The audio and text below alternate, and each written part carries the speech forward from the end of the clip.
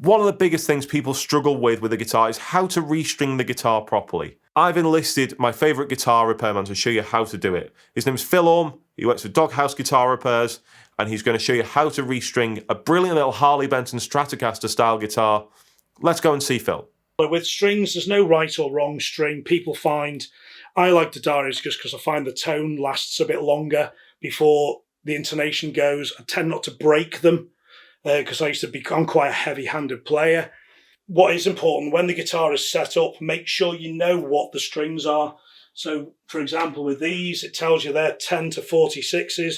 So when you replace the strings, try and replace them with 10 to 46s, because otherwise you're going to mess with the setup. If you're not happy with the string gauge, take the guitar to a luthier, tell him you want to put 9s on, or 8s, or 10s, or 11s, and get him to set the guitar up for that gauge of string. Or that tuning, if you're playing it, like E flat or open D or drop C or whatever. Now all I'm going to do is I'm just going to pop these strings, thread them through all at once, and then we're going to cut the string to length.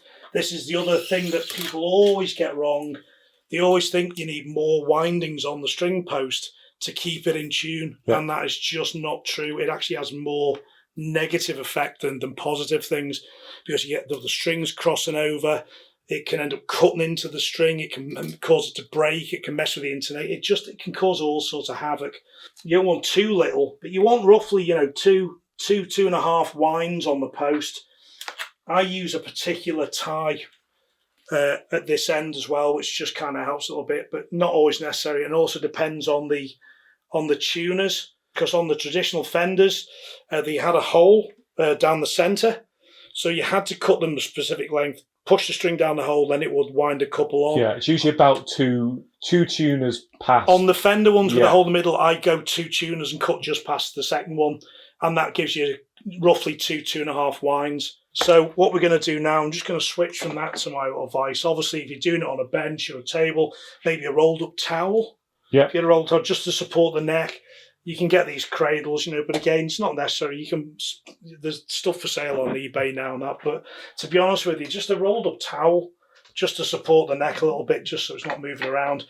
And all you're going to do is make sure the string's through. Sometimes, especially on these type of trems, the ball end gets caught, and then when you measure it and you think it's fine, and as you string it up, it suddenly goes loose. It's because the ball end's got caught on the edge of inside the tremolo block, and then it's jumped up, and then you've got too much windage on. So make sure it's actually seated. Pull it across through the nut. With this one, I'm just going to measure maybe, it's roughly about 1 inch, so it's just past that first post. So that's what I'm going to. I'll measure past the next post, and I'm going to cut it there. And normally I'll then go through each string, do the same thing. So this is the A string.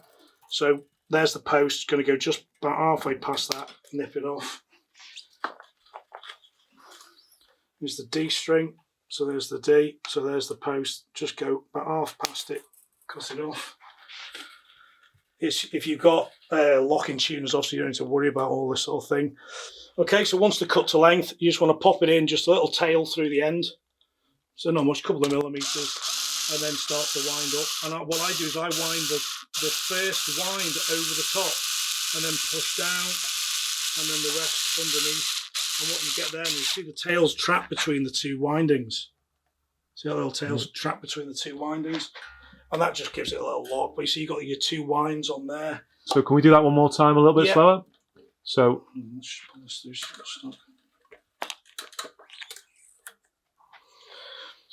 basically, the A string, so I'm popping through, I'm just leaving maybe a couple, 2 or 3 millimetres sticking out, 5 millimetres is that? I'm going to lift the string up so that the bit that's sticking out goes underneath. Yeah. And then as it comes round, I'm then going to push down to touch the headstock, and that means then the next winding goes underneath that tail. Yeah. And if you can see now, that tail is trapped between those 2 windings. Now, obviously, that works really well for the wound strings. It doesn't make a massive amount of difference on the unwound strings. So with a regular winder, so you'd normally have all these pointing sort of straight up a 12 o'clock, make it easier. So again, just a little through, get your winder on, and then wind, and then push down. And this again, because you're only getting two to three winds on the most, you're not winding for 3 hours. Thanks so much for watching, guys. If you got value out of this video, I would love if you'd like the video, subscribe to the channel, ring the bell icon. It will let you know when I release new videos, which I do every single week. Stay safe out there, and I'll catch you next time.